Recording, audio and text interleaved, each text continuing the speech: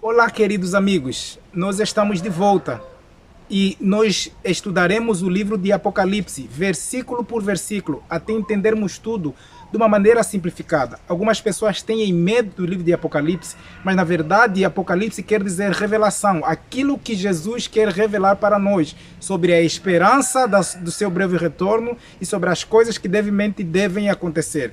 O livro de Apocalipse é a revelação de Jesus Cristo, não a revelação da pessoa de Jesus, mas a revelação que Jesus tem para a igreja sobre as coisas que brevemente devem acontecer. No capítulo 1, no versículo 1, nós encontramos de antemão algumas explicações importantes para a compreensão do livro de Apocalipse.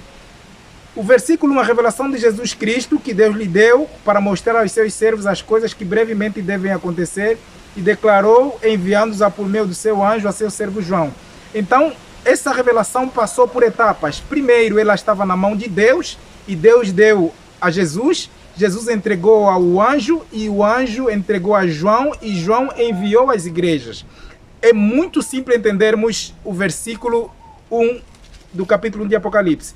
No versículo 2, que deu testemunho da palavra e testificou todas as coisas que viu. Feliz é aquele que lê, aqueles que ouvem as palavras da profecia e guardam as coisas que nelas estão escritas, porque o tempo está próximo. Algumas pessoas entenderão o livro de Apocalipse não por ler, porque são cegas, mas elas ouvirão. Outras pessoas surdas entenderão o livro de Apocalipse não por ouvir, mas por ver. E as outras pessoas que não tiverem nenhum desses meios de comunicação na atividade, elas entenderão através das coisas que estarão acontecendo ao nosso redor. Nós seguimos então para o nosso próximo versículo, que seria o versículo 4.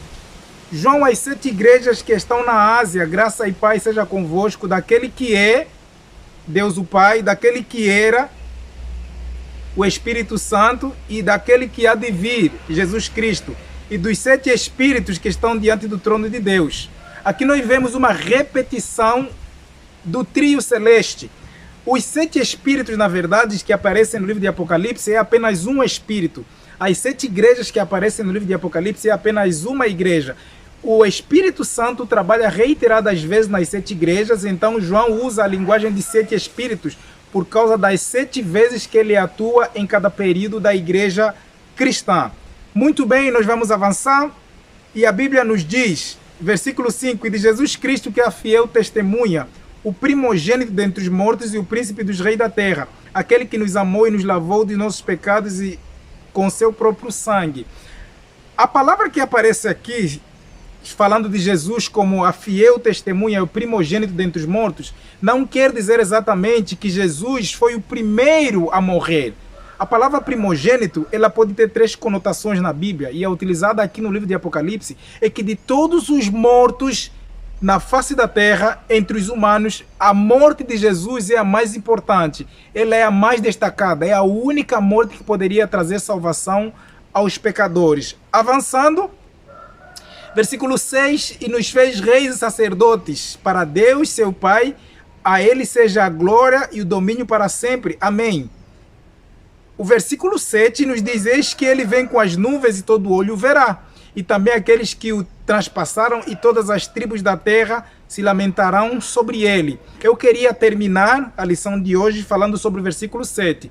A Bíblia diz que ele viria nas nuvens. Curioso, quando Jesus subiu ao céu, no livro de Atos, fala da ascensão de Jesus, diz que um grupo de anjos o recebera. Essas nuvens que aparecem aqui são nuvens vivas.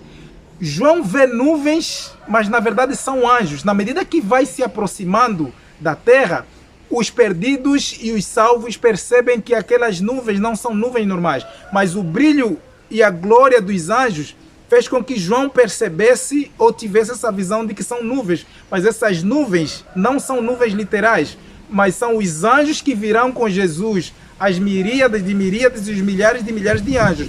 E diz também que todo olho verá. Aqui nós temos um milagre, porque imagina os cegos, eles terão de ver Jesus. Imagina os cegos perdidos, eles terão de ter restituído a sua visão para poder ver Jesus vindo nas nuvens do céu. E diz também que até aqueles que o transpassaram Jesus. No Evangelho de Mateus e nos outros evangelhos, a Bíblia nos diz que Jesus testificou contra aqueles que julgavam e condenavam ele, que em breve eles veriam Jesus vindo nas nuvens assentado na glória de seu Pai.